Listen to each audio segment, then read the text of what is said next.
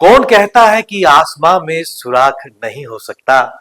कौन कहता है कि आसमां में सुराख नहीं हो सकता?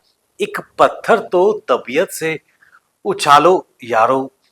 ये पंक्तियां जाने माने कवि दुष्यंत की हैं। और आज के इस दौर में जिसमें कुछ कर गुजरने की जिगरा हो, लीक से हटकर काम करने की इच्छा हो, तो ये पंक्तियां उस पर पूरी तरह लागू होती हैं।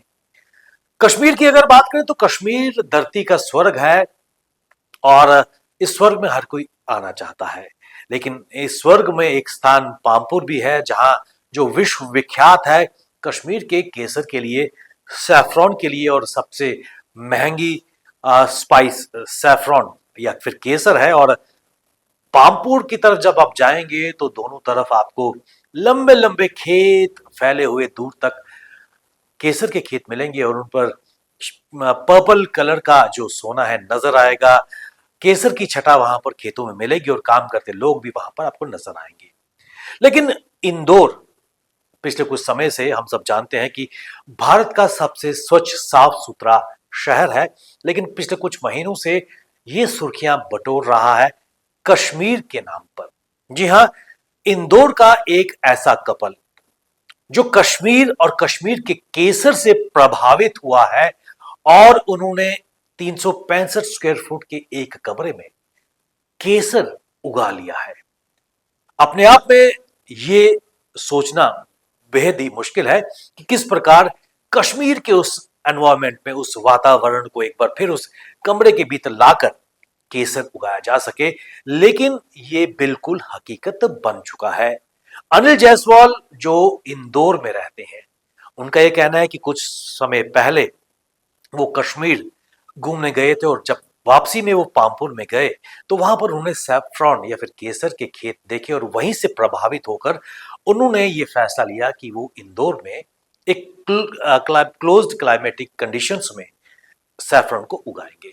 अनिल की अगर बात करें तो उसका परिवार ऑलरेडी ट्रेडिशनल फार्मिंग से जुड़ा हुआ है और खेती उनके खून में थी, और यही कारण था कि खेती के गुरु वो जानते थे। लेकिन केसर को उस क्लाइमेटिक कंडीशन इंदौर के एक कमरे में उगाना एक बड़ी चुनौती थी। लेकिन उस चुनौती को पार करने में उनकी पत्नी कल्पना जायसवाल ने उनका बखूबी साथ दिया। और पिछले कुछ महीने से लगातार वो इस दिशा में काम कर रहे थे।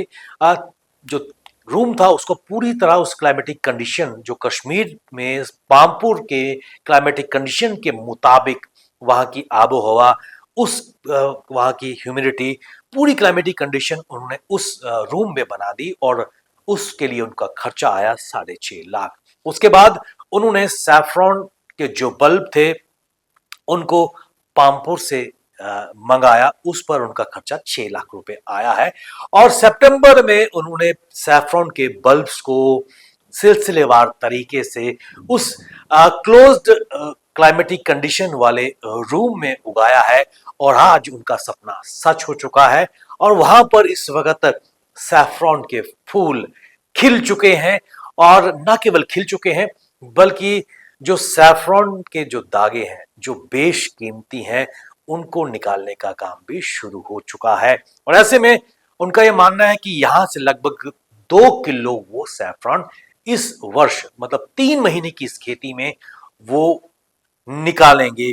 और हम सब जानते हैं कि सैफरॉन के जो कली है उसकी कीमत पर केजी 5 लाख मार्केट में है, और ऑलरेडी उनको वहां ऑनलाइन या फिर जो ट्रेडर्स हैं उनको अप्रोच कर रहे हैं।